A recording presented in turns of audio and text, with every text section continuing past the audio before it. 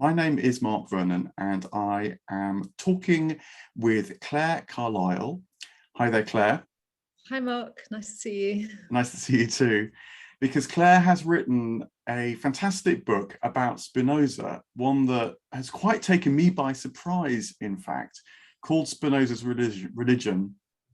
And so I wanted to tease out, Clare, what you're saying in this book about a figure who I had regarded as a key Enlightenment philosopher, but very rational, very abstracted really from life, and typically pushed into corners that, if not would be called atheistic, at least pantheistic. And so for someone like me, who's a bit of a God-obsessed individual, as Spinoza, strangely enough, was actually called, I thought that he probably wasn't going to be of much interest. And yet this book has not just made me think, oh, well, there's something in what he's saying, but has completely turned it around, because he's not only interested in God, but he is driving towards a vision which you yourself call non-dual, which it seems to me is the most significant way to be a monotheist. I don't know, have you always thought this about Spinoza, or did you return to him and discover this afresh, or well, how did you come to it? Yeah, that's a good question. I mean, I studied Spinoza when I was an undergraduate, and I really I just liked him immediately and really liked his ideas straight away. But obviously, I guess then I didn't have a particularly sophisticated grasp of it, but I did really connect with his ideas. But then my research and writing took me in a different direction, and I ended up writing much on more recent thinkers like Kierkegaard and other 19th century thinkers. So then I kind of returned to Spinoza a few years ago, and yeah, I guess I just again really enjoyed reading him for the second time and really connected with his ideas again. And I guess they resonated with me then with a kind of spirituality that I'd encountered, in those intervening years. So I guess it was that, to me, Spinoza spoke to a broader sense I had about what God might be, or what the relationship to God might be, and how it might be construed. And so I then thought I'd have a go at setting about writing a book that looks at Spinoza in that light. Because you say that if Spinoza had become more part of the theological discussion since the Enlightenment, then you feel all sorts of bad turns might have been avoided, various kinds of dualism and nihilism, and indeed sort of easy atheism. But moreover, I mean, it links into what you're saying perhaps there about a personal side too, because as you point out, Spinoza himself, and I'm just going to read a quote, he said, "After experience had taught me that all the things which regularly occur in ordinary life are empty and futile, I resolved at last to try to find out whether there was something which, once found and acquired, would continuously give me the greatest joy to eternity." Now, this is the vocation, the desire of the mystic.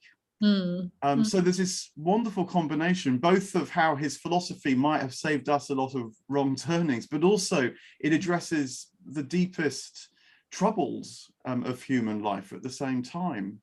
Yeah, that's right. And I tried to address both of those aspects in the book. So on the one hand, there is this, in a way, a kind of existential offering that we have from Spinoza, this sense of trying to figure out how to live and what's the best kind of life. And that little passage you read there was from one of his earliest works, which he wrote in the first person. And it has this, it's almost a bit like reading Augustine's Confessions. It's written or Descartes' Meditations, it's written in that kind of genre where Spinoza was at least adopting an autobiographical voice. And talking about his search for the true good that will bring him lasting peace and so on. So there's that strand, which is kind of spiritual, existential. But then there's also the diagnosis of modernity that many theologians and other thinkers and scholars in the humanities have been developing in recent years, where they will point to things like dualism and relativism, as you say, atheism, a certain kind of individualism, perhaps. Anyway, so there are various sort of diagnoses of things that are wrong with modernity that are often, that's often a diagnosis to which the remedy is seen to be a traditional, to go back to a medieval theological view or something more traditional to sort of cure these diseases of modernity. Whereas I argue that if we looked to Spinoza rather than, say, to Descartes as the founding thinker of our modernity, then those kinds of philosophical problems wouldn't have arisen, and we wouldn't. And actually, I argue the churches, the Christian churches, which couldn't really handle Spinoza and labeled him a heretic and needed to push him out of the bounds of orthodoxy, those churches might actually have been better protected against the ravages of modern atheism if they'd been more hospitable to Spinoza's way of thinking about God and the human being in relation to God, and his way of conceiving of religion too. So yeah, I guess there's both that, in both the sense of offering readers something that's existentially and spiritually, ethically interesting, perhaps even nourishing, but also trying to rethink modernity and religion and the place of religion within that through Spinoza.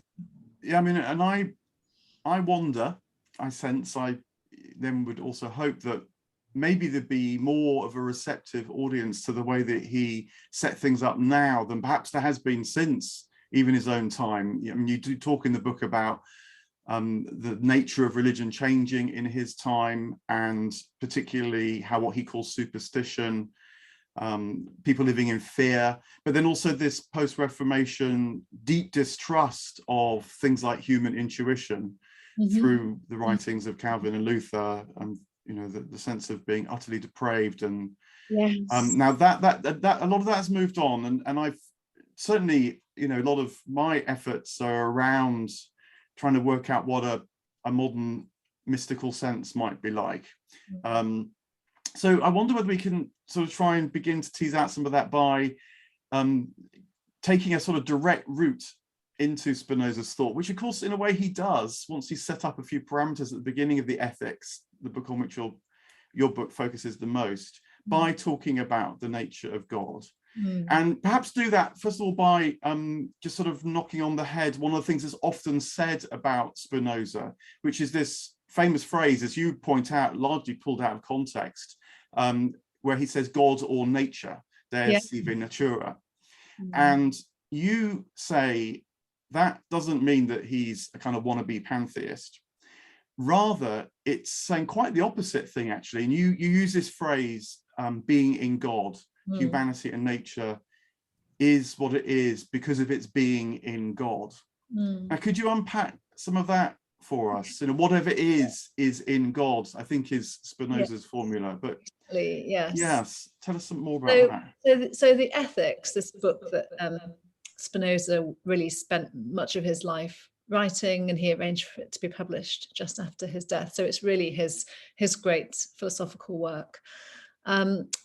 It's written in this quite unusual form, which is quite kind of mathematical and deductive, which is one of the reasons why it's quite intimidating for people to read, and one of the reasons why he has this reputation for being quite abstract, as you mentioned earlier.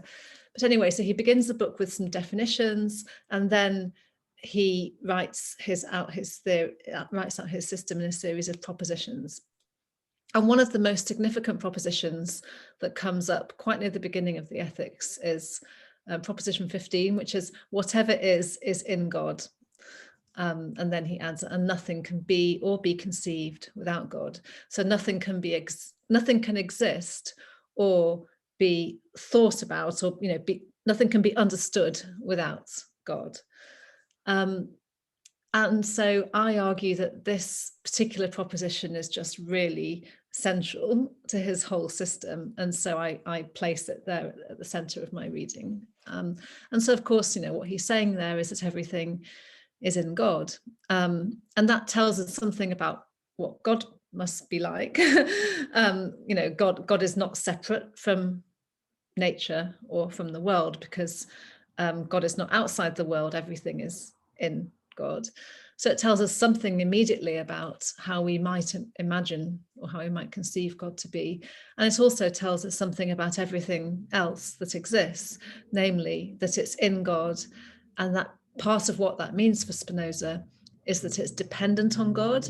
It's dependent on God for its existing. It wouldn't exist without God, but also its intelligibility is,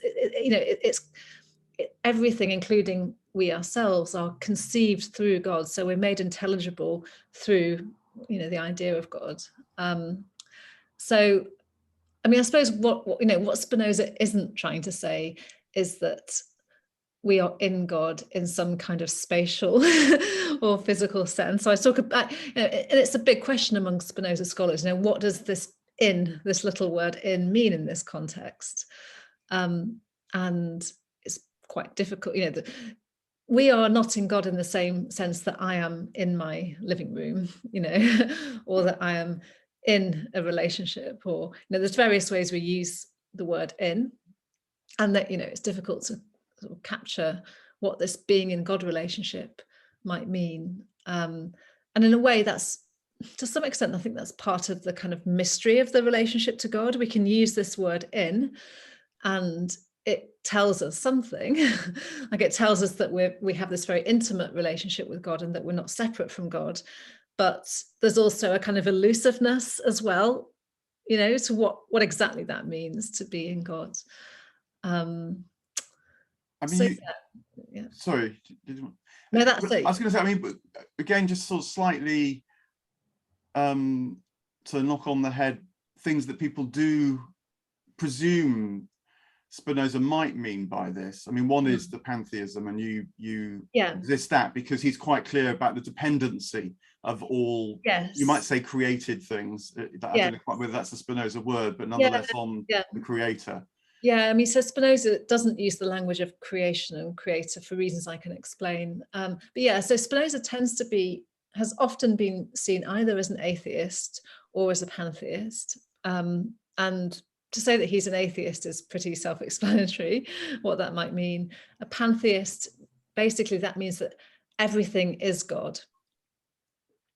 So that's like saying, the universe is God, or we are all God. There's no difference. And so, that idea of pantheism, what it does capture about Spinozism is, again, this sense that there isn't a separation between God and the world, but in the way it just sort of seems to identify God and the world, to say that God and the world is simply the same thing. It doesn't actually capture this relation of being in. So being in God is not the same as being God. Actually, that little word in is doing quite a lot of work then there. And I would suggest affirming some kind of difference between the world and God. So it's a kind of difference, but it's not a separation. And it's a relation of dependence, as you say. So there's a kind of asymmetry there, I would say, between the world and God. Whereas with pantheism, they're just sort of the same thing and they're equivalent. To say that everything is in God is to say, well, it's perhaps more like saying, well, God is the ground of all being, or something like that. So this, you're holding open some kind of difference between the world and God. But that difference has to be understood not in a dualistic sense, as say the difference between two objects on my desk, the cup and the book. Those are two objects that are sort of different kinds of things, and they're different in space. You can pick one up, you can put one down. So that difference between the world and God is not like the difference between two things in the world. It's actually a kind of difference that makes the existence of the world sort of possible in the first place. So it's a sort of metaphysical kind of difference. And it's, I mean, I argue that in a way it's a little bit paradoxical. It's kind of, there's both difference and identity going on in the way Spinoza is trying to make sense of the relationship between God and the world. And that's why I find this idea of non-duality quite appealing. So non-duality, it's like, it's not dualistic, but nor is it simply, it's all one thing. Yeah, so look, I went there. There's some kind of relation there. Yeah, so, you know, led by that word non-dual, which you use, I went to a couple of writers that many would say are in a non-dual tradition.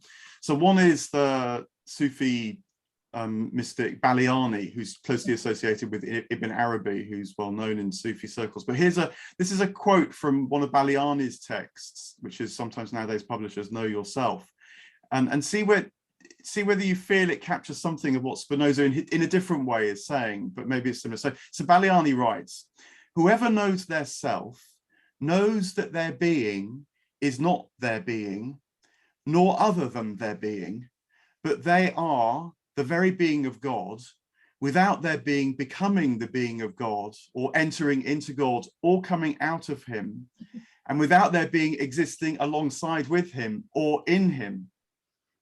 So Baliani says, you know, that our self is not, our being is not our own, but it's not other than our own, and it's of God, although it doesn't come out of God or enter into God or exist alongside God or in God. So it's trying to tease out this almost indefinable space of complete connection, but also dependency.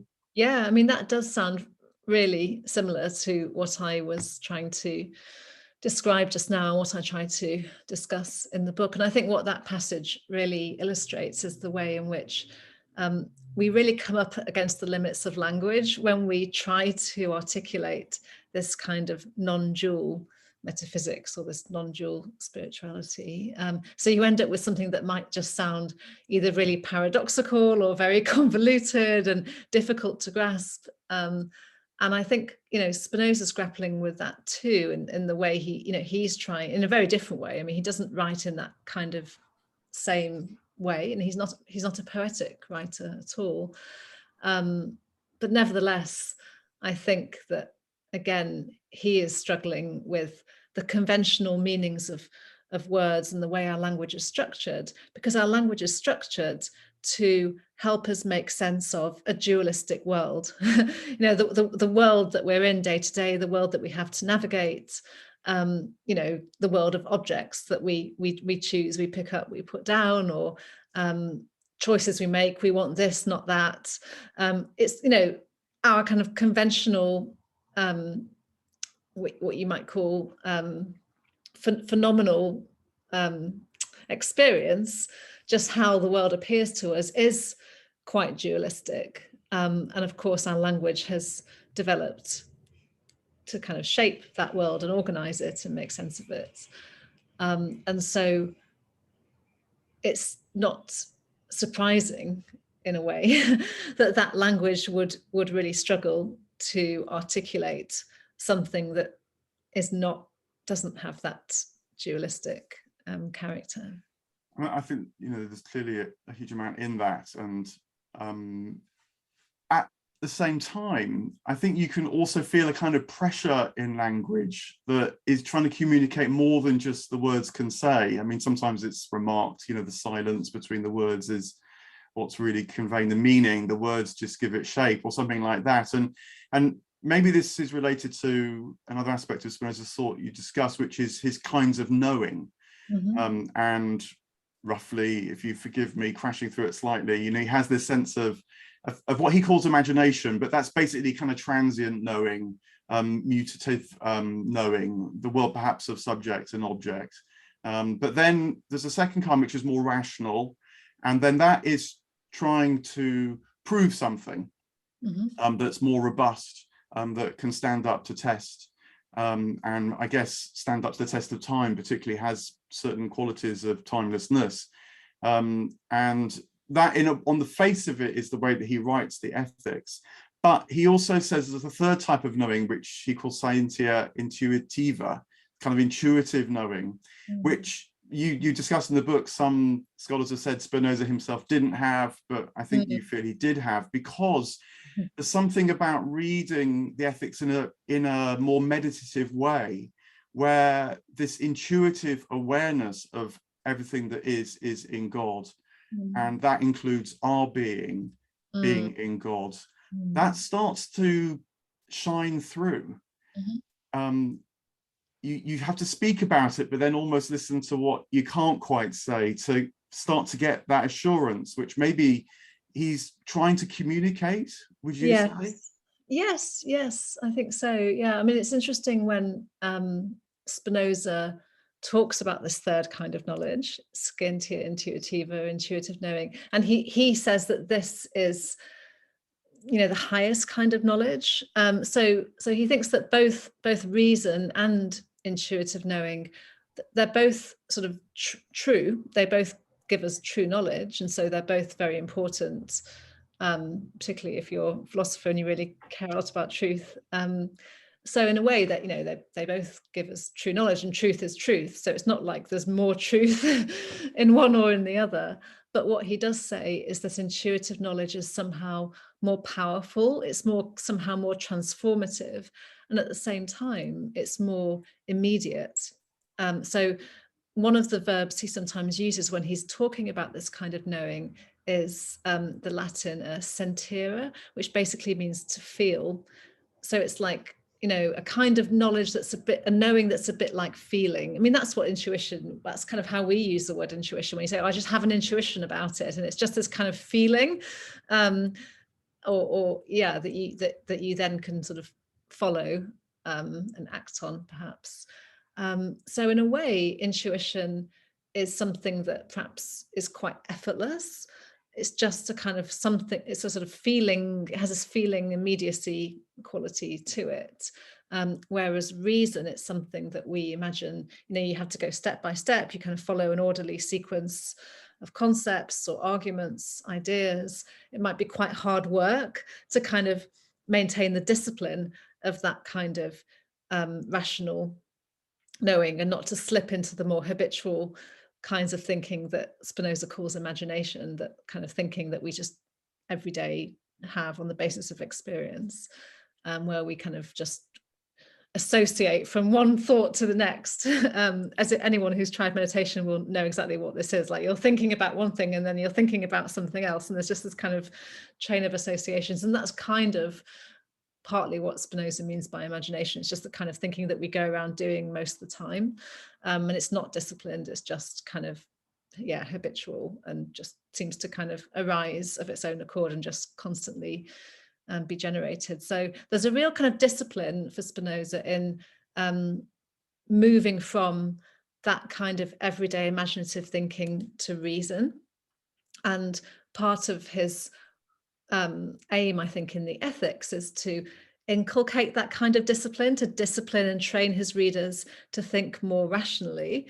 And that's what you have to do when you follow his propositions as you go through the text. But then, yeah, there's also this third kind of knowing, this intuition, which seems to be able to arise spontaneously. So it's a bit difficult to describe, but one example I use in the book is talking about, it's an example that's based on something Spinoza says himself, but if you imagine trying to work out some kind of mathematical problem, or it might be like a crossword puzzle or something like that. So let's take the example of a crossword puzzle.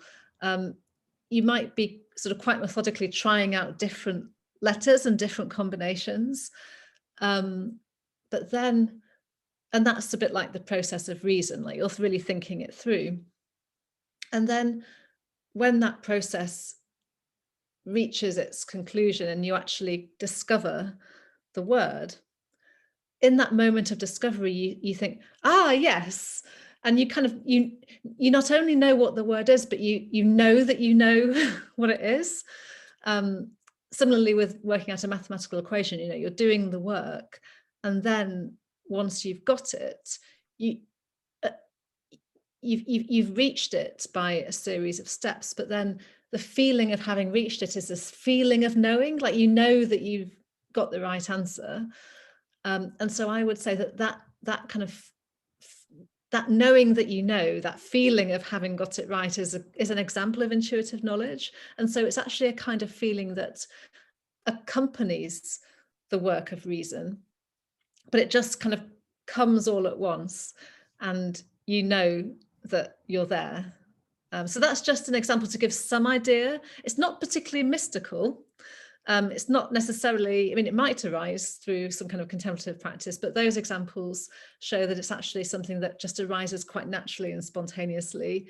And it's a sort of feature of truth that when truth presents itself, you just recognize it. And that sort of recognition might be an example of intuitive knowing.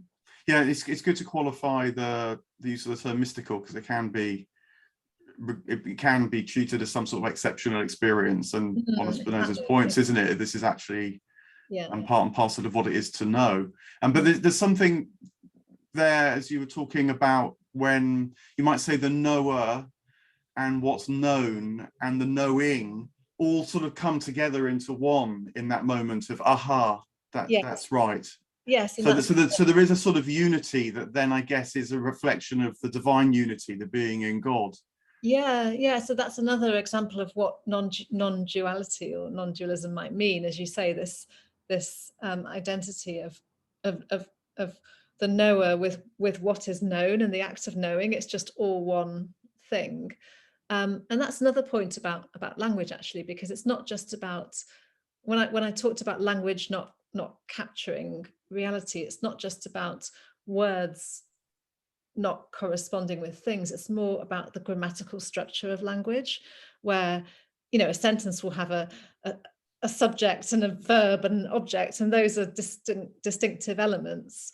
And so those grammatical elements are almost like the building block of reality. So the idea that the subject and the object and the verb could actually all be one thing is that would be pretty difficult to express that in language. I mean, there are some people who've tried it in poetic language or in trying to coin new ways of writing, like Heidegger, you know, would try and sort of turn nouns into verbs and that sort of thing, to try to gesture towards something a bit like that. But yeah, I mean, I've written quite a lot about Dante, and he, particularly in the Paradise, gradually his metaphors and analogies and ways of talking and allusions and so on, they start to sort of, first of all, they start coming pretty fast, and then they start kind of almost breaking up.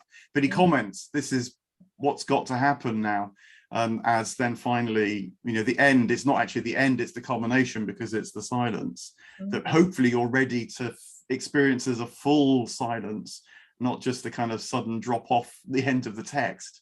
And again, you know, I think I think this is Spinoza. He says, you quote, we experience that we are eternal. And that's something about the nature of our consciousness too, isn't it? That he's working with, I guess. I mean, I wonder if you feel it even in a dialogue. I mean, you know, we are dialoguing together, you might say two separate beings are reaching out to each other. And in that reaching out, there's a sense of some third thing that hopefully we can feel almost the presence of as we try to talk around it. Yeah, I mean, that quotation you just read out, it's from the Ethics. I think it's from part 5 of the Ethics, which is the last part where Spinoza starts to talk about the fact that we're eternal. And yes, that's one of the examples of what I mentioned earlier, where he uses the word sentire, which means to feel, to try to articulate, you know, how we understand ourselves, our self-knowledge. So he says, we feel, we know by experience that we are eternal. So again, he's talking about, like, he's basically saying, you know, on the one hand, you know, the eternity of the human mind is like the accumulation of this very sophisticated, intricate philosophical argument that Spinoza's been laying out over the course of the whole text. But then he's also suggesting that it's something that we all know. We know and experience this. So that's quite interesting. But I also think it's interesting that he's writing there in the first person plural.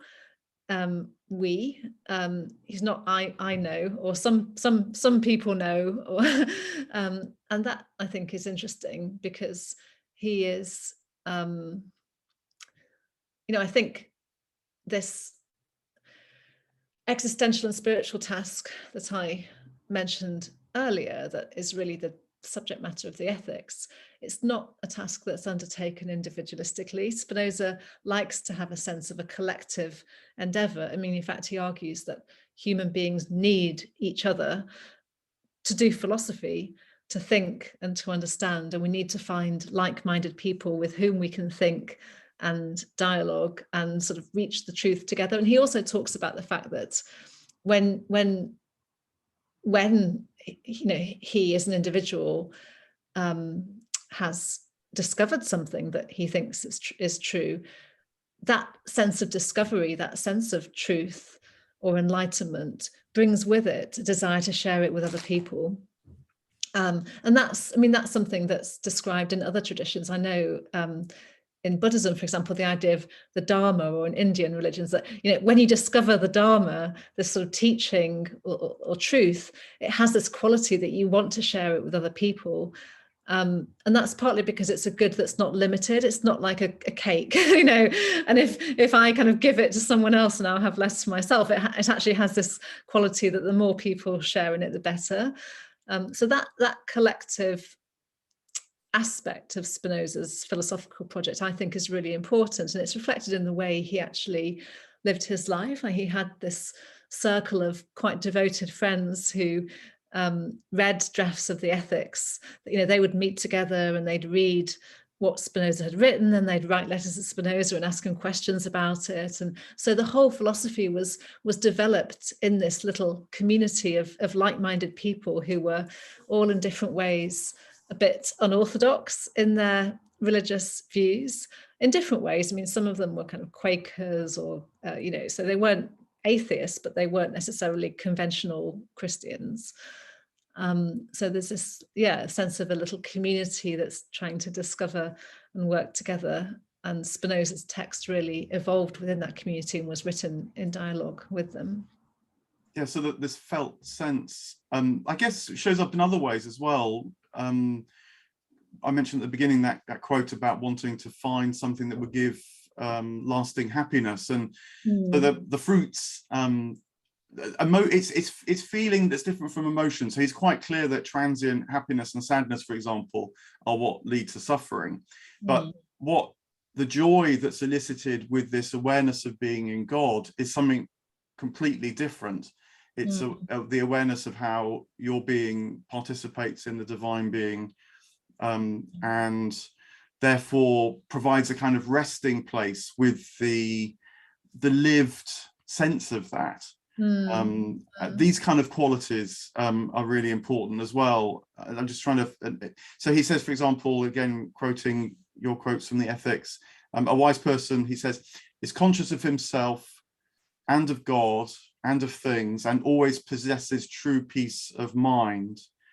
And then another place says that this is a kind of love toward the eternal and infinite thing that trains the mind with a joy entirely exempt from sadness. And this is greatly to be desired, to be sought with all our strength. So this kind of, I mean, the Christian expression might be the peace that passes all understanding.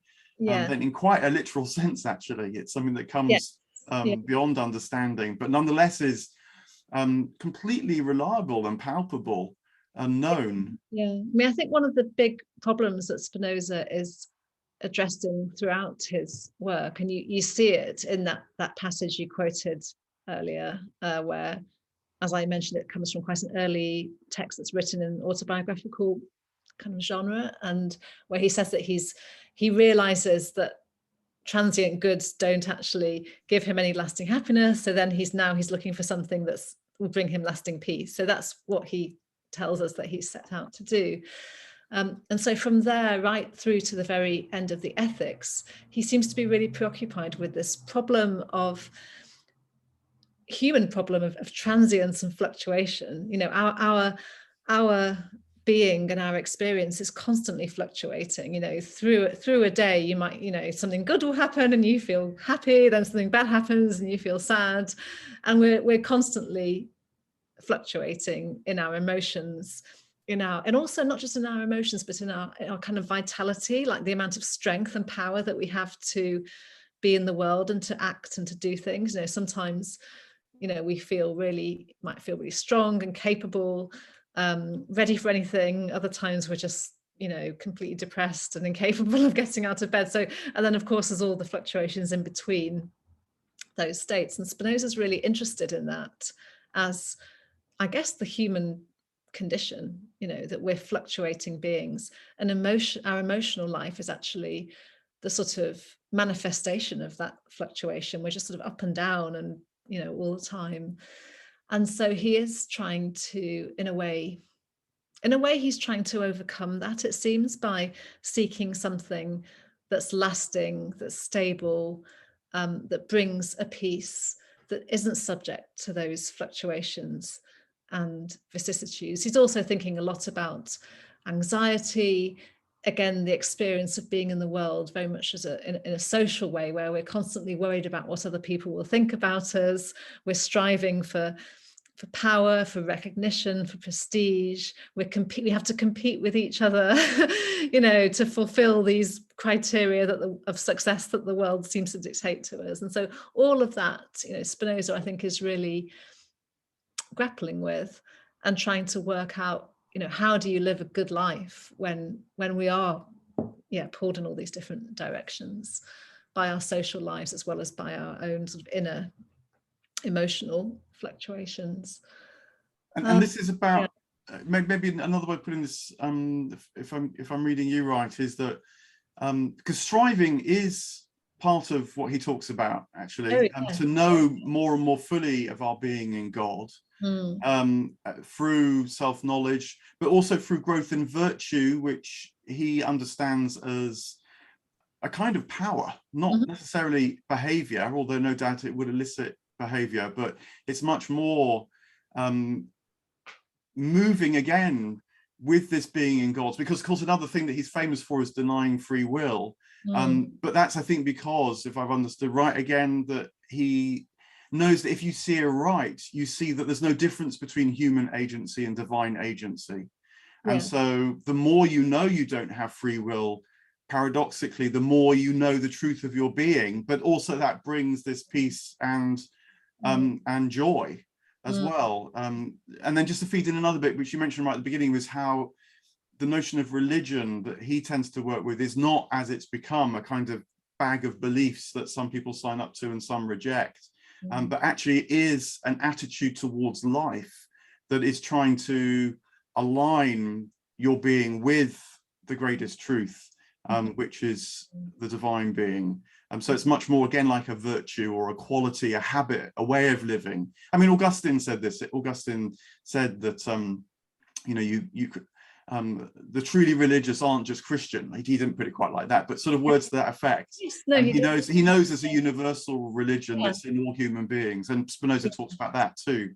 That's right. Yeah. So on this concept of religion, this is something I actually really grew to appreciate as I was writing the book. So this is a part of the book that developed in the process of writing it, where I came to see that what Spinoza meant by religion was not this perhaps more familiar modern way of thinking about religion, as you say, as a bundle of beliefs that people sign up to, or a kind of identity, a sense of belonging to a group. I'm a Christian, I belong to this group, or I'm a Buddhist, I'm in this group, like kind of ticking a box on this, how you would identify yourself. So I suggest that for Spinoza, religion is a matter neither of belief nor of belonging. And what that means is that it's not a matter of orthodoxy, believing the right things, nor even is it a matter of orthopraxy, doing the right behaviors or the right kind of rituals, the right practices. Rather, it's actually a way of thinking about religion that is older than that. So medieval thinkers, used to, Aquinas, for example, but I think also earlier than that, obviously, someone like Augustine, would use religion alongside other virtues like justice and piety. You know, religion is the virtue of paying due honor to God, of relating to God in the right way. And like any virtue, it has both an inward and an external aspect. So just as, say, a virtue like courage, it's partly a matter of, you know, who you are, what kind of character you are, what your dispositions are, the kind of ways you react to things. So it's partly an inward quality that you have to cultivate, but it's also something that is expressed in the way you act outwardly. So it's neither purely external nor is it purely inward. It's both. And so for medieval thinkers, that's what religion meant. And it's interesting with Spinoza because in many ways he is a very modern thinker. He's very willing to criticize and dismantle much of the apparatus of the medieval worldview. There's many aspects of the medieval worldview that he's very critical of, like, you know, like other 17th century thinkers. He's critical of superstition. He's, you know, so, you know, like Descartes or a bit later someone like Voltaire, you know, he's kind of sweeping away much of this apparatus from the medieval period. But on the question of religion, I think he actually holds on to that older concept of religion as a virtue at a time when our modern concept of religion as a matter of belief and belonging was really coming into being. You know, it was during Spinoza's lifetime, and it was really a consequence of the Reformations, where you know, in the context of Christianity, suddenly there were all these different groups which identified themselves by different beliefs and by belonging to a different church. Then you got the idea of true religion as being, well, we have the true religion. It's this creed. It's this way of doing the liturgy. But that was a specifically modern concept of religion that really came into being, you know, in the 16th and 17th centuries. So I interpret Spinoza as really resisting that modern concept of religion, partly because he sees how divisive it is, how sectarian it is, but also not just that it's creating social problems, but that it's covering up and it's distracting people from this other concept of religion as something to do with virtue and the way you relate to yourself, the way you relate to the world, the way you relate to other people, the way you relate to God. Yeah, so, and for me, that was a bit of a revelation to just sort of stumble across that way of understanding what Spinoza's up to. You mentioned in your book another book which I thought was brilliant, Peter Harrison's book, Yes. Heritages of Science and Religion, which explores a lot of this really. Yeah, that really helped. Yeah, that book really helped me. I mean, so he doesn't talk about Spinoza, but he talks about the emergence of this modern concept of religion. And I think it's interesting that he doesn't mention Spinoza in there. And actually, it's because Spinoza doesn't fit that narrative. You know, so I can imagine. I don't know if, you know, Peter Harrison looked at Spinoza and thought, oh, actually, I can't really find anything in Spinoza that fits this, and just sort of left it out, or whether, you know, it wasn't something he was looking at. But anyway, so yeah. I'd imagine the latter, because I think he's a historian of science. So, but in a way, your book would be saying, but you should look at Spinoza in that context, and because he does have something really valuable to contribute to this discussion. But Peter Harrison's book really helped me in just kind of crystallizing the way in which this concept of religion was specifically modern and explaining how it emerged. And having read that book, I could then say, oh yes, now I can see how Spinoza fits into this, and that he's actually he's seeing that process happen, and he's very critical of it, and he's trying to resist it, and that resistance is part of what's going on in his philosophical work. And I like it too, because he is critical not for skeptical reasons in the modern sense, but he, for example, you know, he's against superstition precisely because he sees that it takes away from the notion of our being in God. Yes. If you're sitting around waiting for God to intervene, or you're Yes. pleading towards God, to do something, you're taking away from what's always already the case. Exactly. So it's he's pleading almost to wake up to that side of reality. Yeah, so you can read it as a religiously motivated attack on religion, on contemporary religion, as opposed to an atheist or skeptical attack. We'll begin to draw to a close, but it's a joy to kind of celebrate this vision of God. I really, because I think it really matters, not just then, but I do think it matters now. And we mentioned at the beginning what you call philosophical pathologies, which don't just do the rounds in philosophy departments and theology departments, but I think cause people real suffering too. Mechanistic reductionism, the sense of meaninglessness and purposelessness, nihilism. Almost feeling you're denied the sense that that nature can be alive. These are they're crucial issues, actually, not just abstract issues. Yeah, and feeling disconnected from the whole of which we are a part, whether we think of that as nature or as God. That feeling of fragmentation and disconnection is often, I think, felt as part of our modern experience of being in the world. So I think Spinoza is a real antidote to that. I mean, obviously, it's one thing to provide a philosophical system that articulates that sense of connectedness, the interconnectedness of all things, and our connectedness to God. And I guess I should just say that God for Spinoza is not any kind of anthropomorphic being. It's not a gendered being. So yeah, I mean, just to sort of make that point, that when I talk about our relation to God, I'm talking about the Spinozist God, which is that in which everything exists and through which everything is conceived. Yeah, so it's one thing to articulate that intellectually, philosophically. It's perhaps another thing to really experience what that connection might be like in your life. And it may be that reading a philosophy book is not the right way to do that. You might need to go walking in the mountains, or find a meditation group, or read some poetry. Yeah? So I mean, it's not, I think there are lots of different ways in which people can experience that connectedness, which Spinoza is affirming is the truth of our being.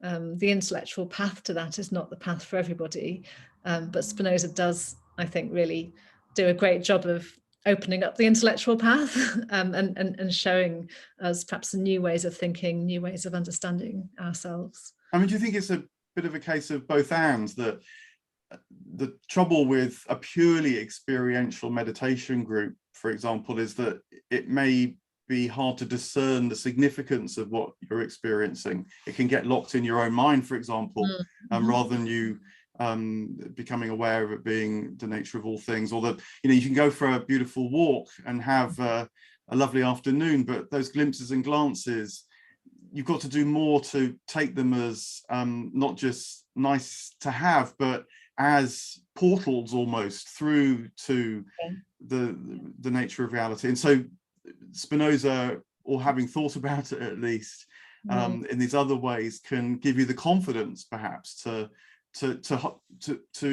try and follow that path and to make it more and more of your life, and sort of settle in that way of being, as I guess he did, in a relatively simple life, but pursuing things at many levels, both being nice to his landlady, as you say, but also doing this rigorous philosophical work. That's right. I mean, I think in a way I've been very lucky, because I was exposed to Spinoza's philosophy quite early in my life. I remember I studied him in my third year as an undergraduate, and I had a really good teacher who taught me how to read the Ethics, because it's a difficult book to just pick up and read. It's the kind of thing that it really helps if you've got someone to explain it to you. So I was very lucky just to get that initial kind of contact with Spinoza's thought. And so I think that actually has accompanied me through different phases of my own experience. And so it's always, in a way, provided that intellectual context to make sense of the other kinds of things I'm talking about, like, experience in nature or experience in meditation. But and I haven't even necessarily thought of that as providing an intellectual background to it, but actually it probably did. It was sort of overarching worldview within which those experiences seem to make sense. And Spinoza is very committed to the fact that everything makes sense, everything is intelligible. That's part of what it is. That's part of what God means, actually. God sort of secures the intelligibility of all things. All things are conceived through God. And so, yeah, that's really important to Spinoza, I think, to affirm that everything is intelligible, and the interconnectedness of everything is part of its meaning and intelligibility. Yeah. Look, we're drawn to a close. And you've made that important point, actually. What Spinoza means by God should be sort of on the table as much as the experience of God, and the two go together there, in fact. But I hope you feel we've kind of covered the main points that you feel are really important for getting a handle on Spinoza's religion, the title of your book. Yeah, absolutely. And even some senses, as to why this might matter, not just personally, but, in a world that does live for the possession of goods, or the possession of pleasures, or possession of power, all this, there are alternatives. And, the pursuit of knowledge in this felt sense that's lived.